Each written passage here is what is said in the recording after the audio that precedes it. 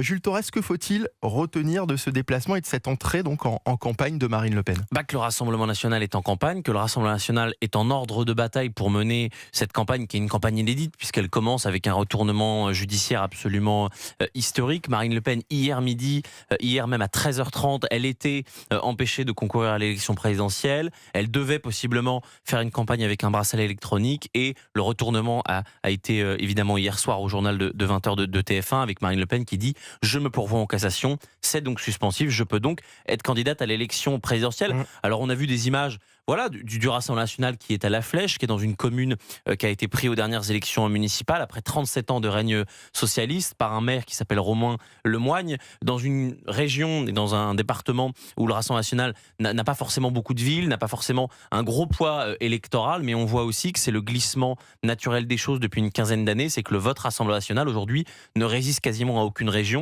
Et les Pays de la Loire, à ce titre-là, jouent cela. Bon, après, on a vu que la campagne avait été perturbée, un petit peu perturbée, notamment par une partie de l'extrême gauche. Ça va être la campagne que le Rassemblement national va mener. Ce ne sera pas une campagne qui sera, qui sera joviale, qui sera heureuse. Ce sera une campagne très sale. Le Rassemblement national semble aussi être préparé aussi. Bien sûr. Marine Le Pen débute sa campagne sans bracelet électronique. Elle l'a annoncé hier soir et ça a été confirmé sur TF1 également ce matin par la procureure générale Marie-Suzanne Lequéot. En l'état, à partir du moment où il y a un pourvoi en cassation, je ne mettrai pas à exécution l'arrêt donc rendu hier par la Cour d'appel. Donc Madame Le Pen, si elle fait campagne, comme elle l'a annoncé, débutera celle-ci sur le port d'un bracelet. Marie-Suzanne Lequéot, procureure générale, présidente de la Cour d'appel de Paris, procureure générale près de la Cour d'appel de Paris. Elle était donc sur TF1 ce matin. Karim Alloune, la journée d'hier, elle a été folle. Elle a été folle parce qu'il y avait énormément de scénarios possibles. Celui qui finalement se présente aujourd'hui, ce n'était pas forcément le plus envisagé par les spécialistes politiques. Ce qui rend la politique un peu vivante. C'est-à-dire que les jeux ne sont jamais faits d'avance. Madame Le Pen use de son droit de citoyenne, elle se pourvoit en cassation, elle est présumée innocente au moment où on parle. Elle fait campagne, elle a commencé à faire campagne sans bracelet électronique comme tous les autres citoyens et comme toutes les personnes qui réalisent des campagnes électorales. C'est une victoire politique pour elle. Pour le moment, alors je ne parle pas de victoire judiciaire pour le moment. Non, judiciaire on peut victoire pas. Politique. Politiquement, Madame Le Pen a repris la main. Elle est revenue dans le match. C'est-à-dire que pendant plusieurs mois, on disait que c'est fini, c'est M. Bardella qui était candidat. Jordan Bardella s'est préparé, et il a fait son groupe de campagne, il a fait ses thèmes de campagne, etc. Madame Le Pen savait très bien que c'était compliqué. Et elle est revenue par un petit trou de souris que la justice lui a permis. Donc elle est candidate. C'est ça un homme politique aussi. Un homme politique, il a des valeurs, il défend des idées. Il sait ce qu'il veut tant qu'il respire. L'homme politique est capable de revenir dans le match, il est capable de se battre. C'est ce qu'elle a fait, Madame Le Pen, hier. Elle a pris beaucoup de risques. Parce que l'affaire judiciaire n'est pas terminée. Non. N'est pas dit tout terminé. Et effectivement, vous avez raison de parler de risque aussi. On va l'évoquer dans un instant. Toujours est-il que vous parliez vous disiez que Marine Le Pen avait repris la main. Et c'est vrai que depuis quelques jours, sur nos antennes, que ce soit à la radio, que ce soit à la télévision, on a beaucoup dit que la justice, que les juges avaient le destin politique de Marine Le Pen entre les mains. Hier soir, Marine Le Pen, elle a repris son destin, son propre destin politique, elle l'a repris en main et elle est aussi d'une certaine façon devenue maître des horloges également. Oui, bien sûr, mais c'est la justice qui lui a permis ça, parce que c'est vrai qu'on disait avant cette décision de la Cour d'appel que, quoi qu'il arrive, la décision de justice, elle serait politique. Et c'est vrai qu'on nous tanne depuis des années en nous disant que les magistrats sont indépendants, que les magistrats ne jugent qu'en droit et que leur sensibilité, que la politique n'a rien à voir avec tout ça. Le jugement d'hier montre exactement l'inverse. Au contraire, les juges que l'on accusait de vouloir empêcher la favorite de l'élection présidentielle de se présenter, lui ont permis de se présenter dans un retournement assez incroyable. Quel que soit le jugement, c'était de toute façon un jugement politique. Mais bien sûr, mais d'ailleurs, moi, à mon sens, le jugement d'hier est le jugement le plus politique qui soit, puisque les juges ont décidé... Plus que si elle avait été empêchée ? Bien sûr, dans le sens où là, on sait de manière extrêmement claire, c'est même quasiment assumé, les juges ont permis à Marine Le Pen de décider elle-même si elle veut, oui ou non, être candidate à l'élection présidentielle.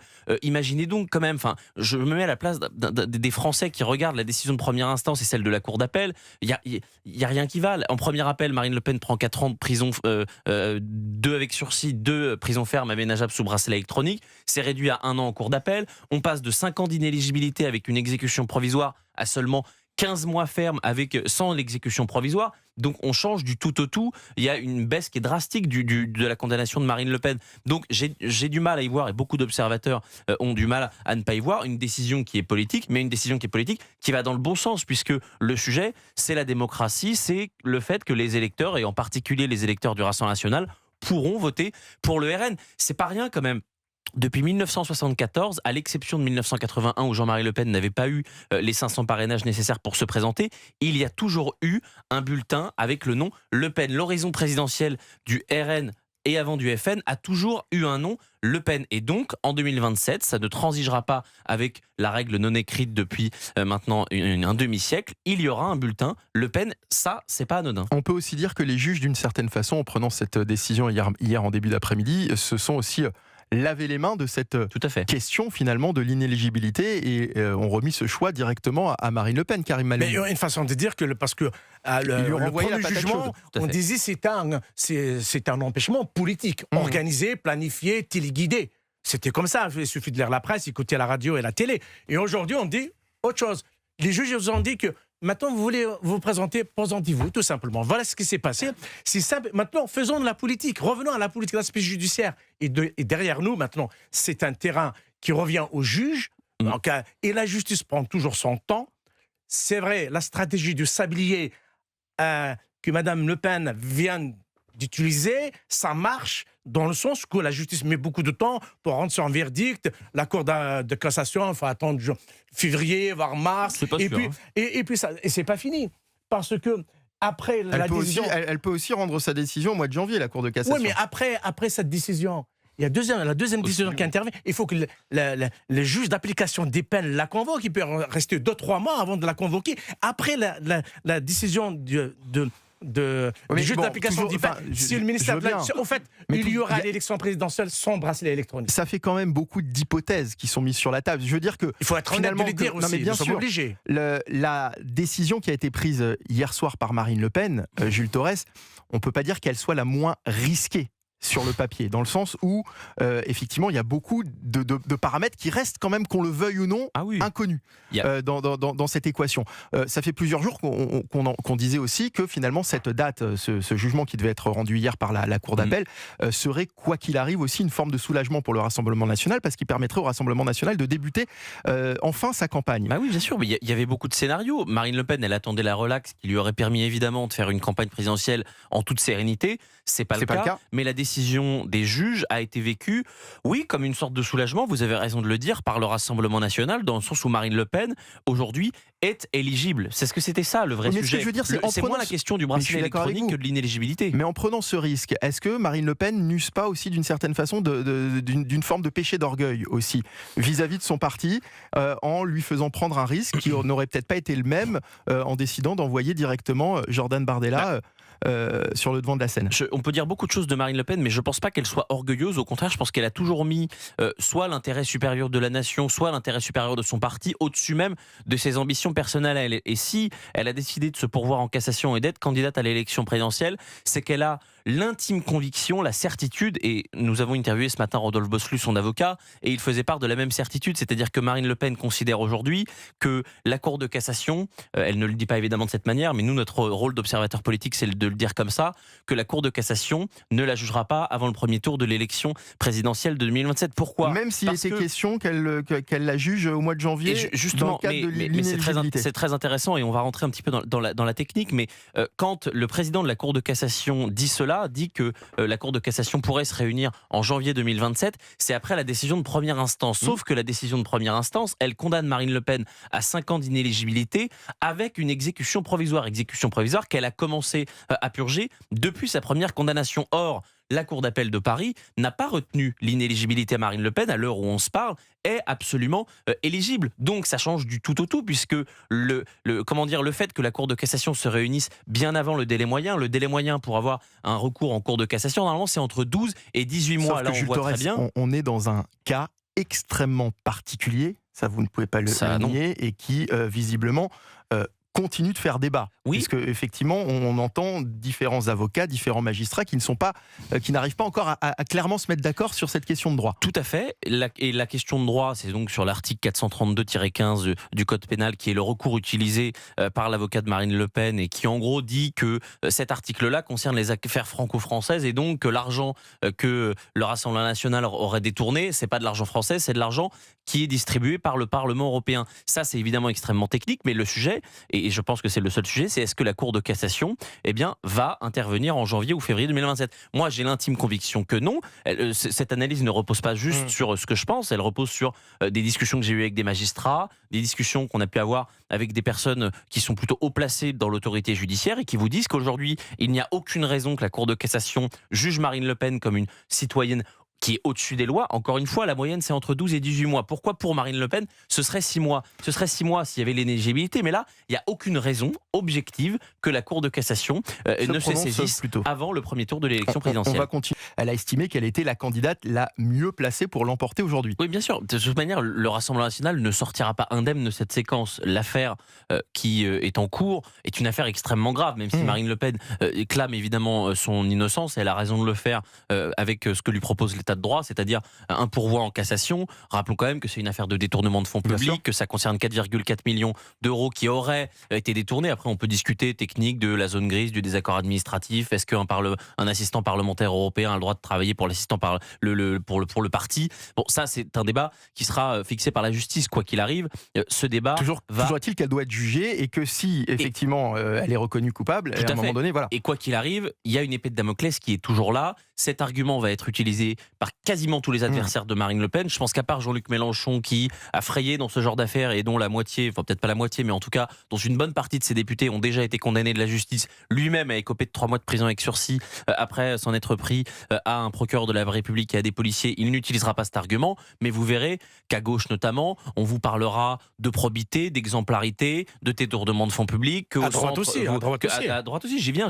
Vous allez voir que, on l'a déjà vu hier soir, c'est très rare que Gabriel Attal puisse intervenir juste après Marine Le Pen au journal de 20h pour dire ce qu'il a pensé de la prestation de Marine Le Pen. C'est très rare qu'en face à face, vous ayez Édouard Philippe qui, sur France 2, était invité à réagir aux propos de Marine Le Pen. Vous avez vu que dans toutes les matinales ce matin, on se fixait par rapport à Marine Le Pen. Même la droite classique va dire attention, c'est le respect de l'état de droit. Attention, comment promettre l'autorité de l'État et l'ordre quand vous êtes mis en examen, quand vous êtes sous le couperet et sous l'épée de Damoclès d'un procès. Donc ça va occuper toute la campagne. Moi, je ne pense absolument pas qu'on aura malheureusement une campagne sur le fond, qu'on aura une campagne sur les programmes. Je pense qu'on aura une campagne qui sera faite sur les colibets, sur les insultes, sur les perturbations. Vous pensez que c'est très dangereux ce que vous dites ? C'est très dangereux. Malheureusement, moi je le souhaite pas. Non, mais j'ai pas dit ce que bien sûr.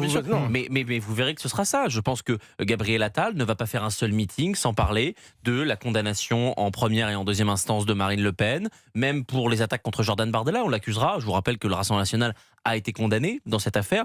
Jordan Bardella parle ce matin du fait que le RN a quand même été innocenté partiellement, mais ça veut dire que le RN a aussi été condamné en tant que personne morale. Il est président du RN, on va lui rappeler ça pendant toute la campagne. Charge au RN de démontrer pendant cette campagne présidentielle que eux veulent débattre du fond, que eux veulent débattre du programme, que ce désaccord administratif entre le RN et le Parlement européen n'est pas si grave que ça. On pourrait aussi dire, si on veut être un peu piquant, qu'un parti souverainiste et un parti européen qui piquent dans les caisses du Parlement européen, c'est pas si choquant que ça, puisque de toute manière, la balance aujourd'hui est complètement déséquilibrée. La France donne chaque année 30 milliards d'euros à l'Union européenne, n'en récupère que 20 milliards. Donc finalement, 4,4 millions, évidemment, je plaisante en disant ça, et je suis un petit peu piquant, mais c'est un argument qui peut être utilisé. Est-ce qu'on peut dire aussi que les autres partis, finalement, depuis hier soir, ont d'une certaine façon revu leur copie ? C'est-à-dire que la plupart des partis qui s'attendaient à faire campagne face à Jordan Bardella ont dû revoir aussi leur copie hier. Ah bah bien sûr, parce que c'est pas du tout la même campagne, c'est pas du tout les mêmes sensibilités. Moi, je pense sensiblement qu'il n'y a pas beaucoup d'épaisseur entre Marine Le Pen et Jordan Bardella. Il y a pas beaucoup de différences. Du reste, c'est pas la même chose. Il y en a quand même quelques-unes. Il y en a quand même quelques-unes, mais qui sont qui relèvent objectivement, enfin selon moi, plutôt de l'anecdotique. Mais vous pensez que les différences sont anecdotiques, et notamment aussi en ce qui concerne la cible visée par Marine Le Pen et Jordan Jordan Bardella, ça, pour le coup, c'est une différence de sensibilité, mais c'est pas une différence programmatique. Bien sûr que Jordan Bardella a un caractère un petit peu plus lisse. Il ne porte pas le poids qu'a le nom Le Pen. Il ne porte pas le poids de l'histoire. Il n'a pas fait 3 campagnes présidentielles. Il n'a pas été finaliste à 2 campagnes présidentielles. Du reste, Jordan Bardella a une fibre qui est plus pro-business, a une facilité à parler avec les dirigeants d'entreprise que Marine Le Pen n'a pas forcément. Ils ont une différence de sensibilité, mais s'ils ont fait ce ticket, qui est un ticket inédit entre Marine Le Pen et Jordan Bardella, elle à l'Élysée, lui à Matignon, c'est bien qu'il y a un duo qui est assez unique, qu'il y a une proposition qui est assez unique, et j'ai l'impression, en tout cas au vu des sondages, que les Français voilà, leur accordent plutôt pour l'instant leur suffrage, ou en tout cas dans les sondages. Alors, enfin, ça fait quand même 40 ans qu'il n'y a pas un candidat de premier tour qui a été voilà, sondé entre 36 et 38%. Le dernier, c'était François Mitterrand. On va continuer à parler justement de ce duo, de ce binôme. C'est comme ça qu'elle l'a annoncé hier, Marine Le Pen, Jordan Bardella, dans quelques secondes. Mais d'abord, concernant justement les partis aujourd'hui qui se retrouvent à faire campagne face à Marine Le Pen. Karim Malloum, vous parliez tout à l'heure de l'extrême gauche, de certaines personnes qui ont manifesté aujourd'hui, qui sont venues perturber le déplacement de Marine Le Pen et de Jordan Bardella aujourd'hui dans la Sarthe. Écoutez cette fois du côté de la droite, du côté des LR, Othman Nasrou, secrétaire général des Républicains, qui réagissait donc ce matin sur CNews. On va encore traîner cette affaire tout au long de la campagne. À n'importe quel moment, le débat peut être pollué et je pense qu'on a besoin d'un vrai débat de fond désormais. On attendait le 7 juillet pour enfin que cette campagne démarre, projet contre projet. On va encore être pollué pendant des mois. C'est sa liberté. Elle a le droit d'être candidate. Et puis le revirement. Je vous rappelle qu'on a là quelqu'un qui n'a cessé pendant 40 ans de donner des leçons de probité à tout le monde, qui était pour l'inéligibilité à vie des élus qui sont condamnés. Et là, il n'y a pas de problème. Alors ça, voilà, donc c'était Othman Nasrou ce matin sur CNews. Ça, c'est effectivement ce qu'on va entendre, à mon avis, pendant toute la campagne. C'est-à-dire ça, c'est l'argument qui va être repris par tous les opposants du Rassemblement national. C'est la morale. En fait, on va parler de la morale politique. On va parler de la morale matin, midi et soir. Là, c'est de bonne guerre aussi, il faut l'accepter. C'est important aussi, la morale en politique. Bien sûr, c'est de bonne guerre. Oui, j'y tiens beaucoup même. La morale est importante. C'est normal que les adversaires ils vont user. Mais est-ce qu'elle existe vraiment, j'ai envie de vous dire, la morale politique? Mais ils vont l'utiliser. C'est une autre question. Non, mais c'est parce qu'ils vont l'utiliser. Parce qu'ils ont un argument, c'est de bonne guerre, c'est ça la politique, c'est pas autre chose. À chaque fois que vous avez un point de faiblesse, vos adversaires vous tapent dessus, c'est clair et net et précis. Par contre, je reviendrai sur un point que vous avez développé. Le ticket Bardella, Madame Le Pen, qui me gêne beaucoup, je m'explique.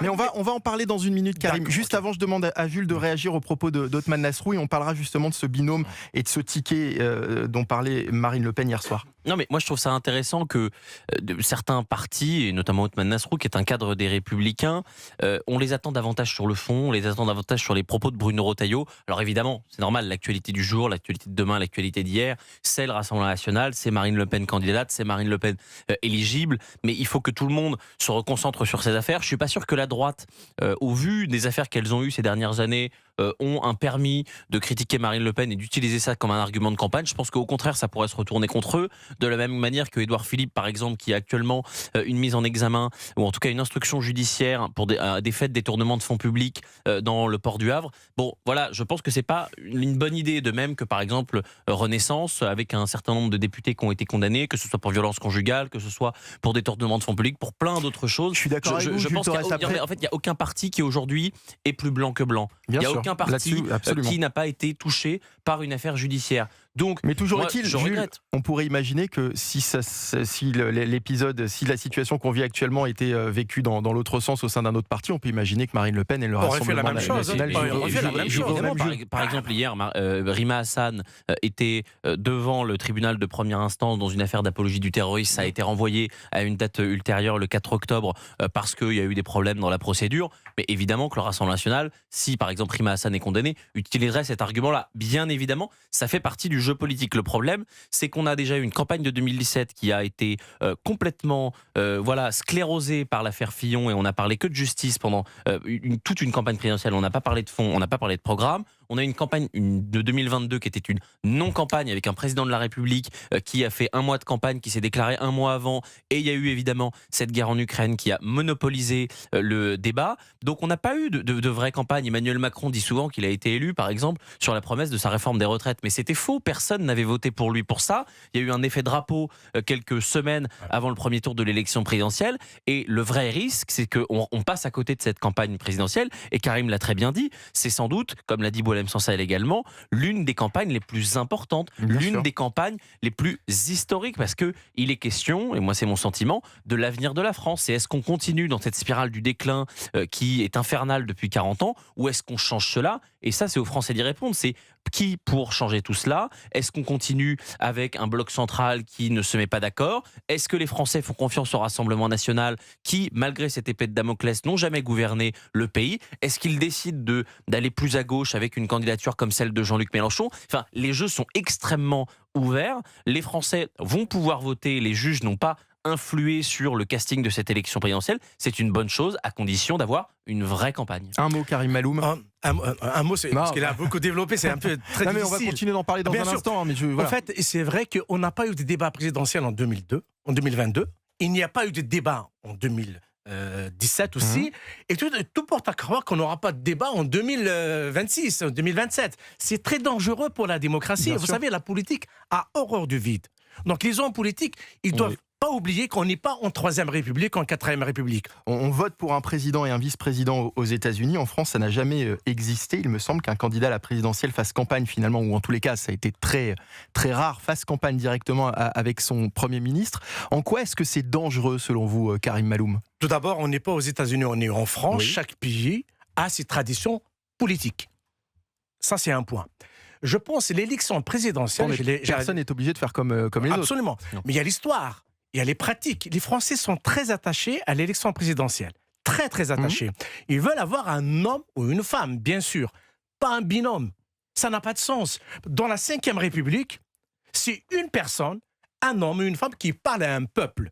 Il s'adresse à un peuple et le peuple vote pour lui. Il ne vote pas pour un parti. À l'élection présidentielle, on ne vote pas pour un parti. C'est la rencontre d'un homme ou d'une femme avec les Français. Absolument. Vous avez raison. On ne vote pas. C'est comme ça que le général de Gaulle l'a défini. Les institutions de la 5e République. Bien sûr, c'est comme ça. C'est un homme, c'est pas un groupe. Sinon, on est en 3e République. Sinon, on revient à la 4e République. C'est des combinards, c'est des partis politiques, des groupes de personnes qui vont s'entendre entre eux. C'est l'union des droits, c'est l'union des gauches. Non. C'est un homme qui s'adresse, avec H majuscule, à un peuple. C'est ça, la vraie élection démocratique, avec des grandes idées, un grand dessein pour les Français. C'est pas, je fais campagne, nous sommes tous les deux à faire campagne. Là, je vous comprends et je vous suis totalement. Vous avez raison que c'est pas, en tous les cas, la Constitution ne l'a pas prévu ainsi. Mais en quoi est-ce que c'est dangereux? C'est dangereux parce que le discours sera dilué, tout simplement. Il peut y avoir deux avis, déjà. Et deuxième point, et pourquoi deux candidats? Ça n'existe pas, c'est un candidat. Non. C'est un binôme, c'est comme ça. Il n'y a que sa photo à elle sur l'affiche. Oui, mais d'accord, mais au fait, je comprends parfaitement dans sa démarche. Elle sait très bien, M. Barnier était candidat, et tout d'un coup, hier à 20h, il n'est plus candidat. Il fallait bien trouver une porte de sortie. Il n'a jamais été candidat à l'élection présidentielle, Barnier. Oui, mais quand c'était annoncé de manière naturelle que M. Barnier était candidat. Il y avait deux options, il faisait partie des deux options. Oui, mais soyons sérieux, il était candidat. Il s'est préparé. Pas officiellement, Karim Maloum. Il a toujours dit qu'il se préparait au poste de Premier ministre. Non, il n'a jamais dit ça. Si, vraiment. Attendez, attention, votre micro. Votre micro, voilà. Oui, il a toujours dit qu'il était candidat au poste de Premier ministre. Et ça aussi, le deuxième point dangereux. Pourquoi? C'est-à-dire qu'on va enjamber l'élection présidentielle.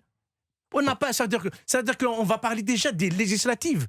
Parce que pour être Premier ministre, il faut avoir une majorité à l'Assemblée nationale. Absolument. Pas nécessairement. Une majorité relative, si vous voulez.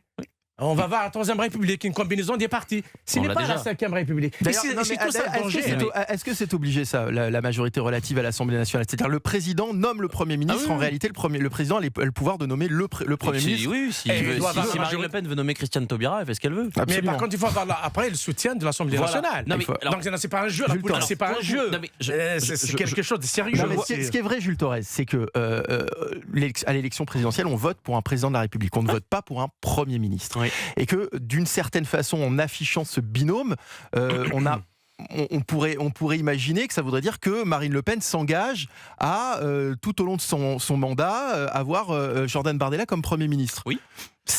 La Constitution n'a pas prévu ce cas de figure. Non, mais la Constitution n'a pas prévu le cas de figure inverse. Et je pense qu'on a tort de réfléchir. On est dans la Ve République, vous avez raison. La Constitution a été écrite par le général de Gaulle.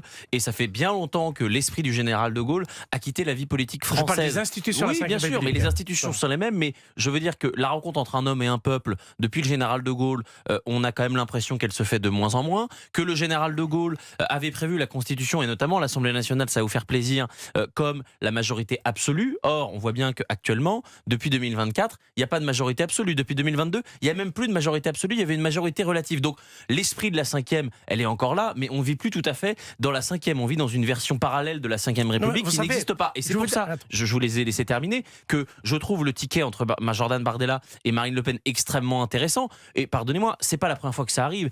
Jacques Chirac a fait toute sa campagne de 1995 en disant que son Premier ministre, ça allait être Alain Juppé. Personne ne leur a reproché.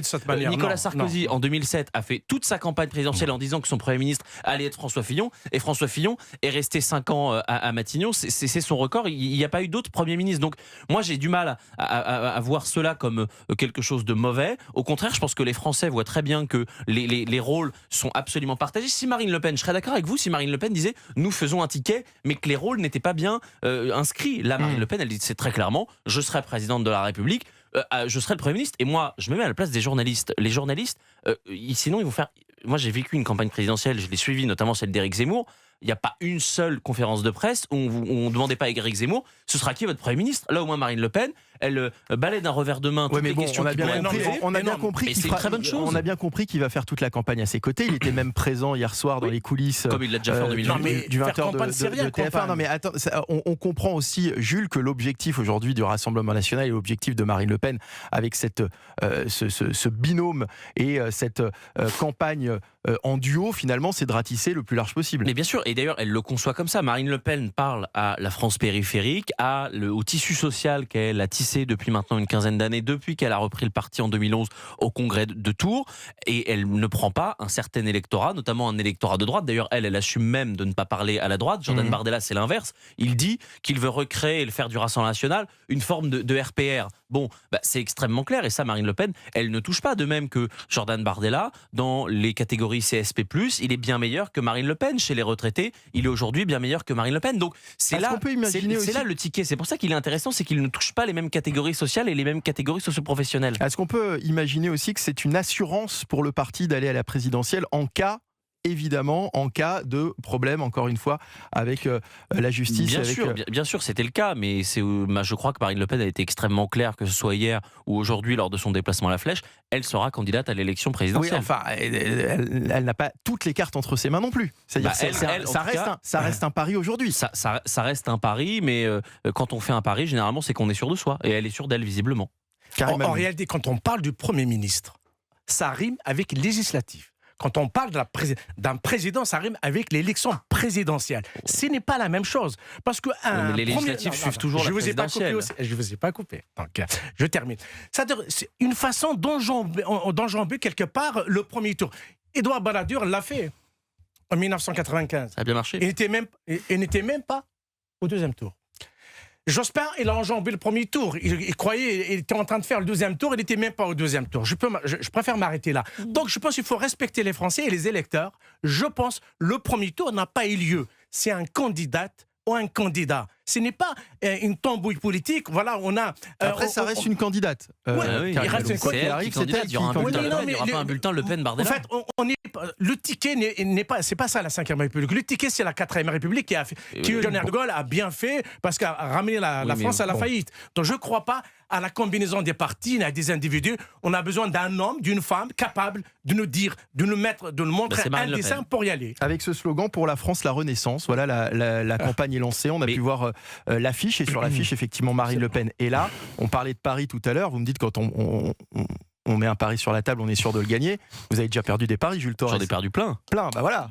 Donc ça arrive. On peut être sûr de le gagner et le perdre. Oui, mais excuse-moi, je n'ai jamais été candidat à l'élection. Vous avez perdu beaucoup d'argent d'ailleurs dans des paris. J'ai jamais été candidat à l'élection présidentielle, moi. Bien sûr, mais contrairement à Marine Le Pen. On peut perdre gros aussi. Et pardonnez-moi, mais et puis j'ai pas eu l'avis de Marine Le Pen. Enfin, rappelons quand même, passons quand même quelques instants sur l'avis de Marine Le Pen. Marine Le Pen, en 15 secondes, ça va être très difficile, mais ça commence ça commence quand elle est toute petite avec un attentat à la Villa Poirier en 1976. Ça commence avec des guerres internes. Ça commence avec la rupture familiale, avec la création du MNR en 1998, avec sa propre sœur et Philippe Ollivier qui était son beau-frère.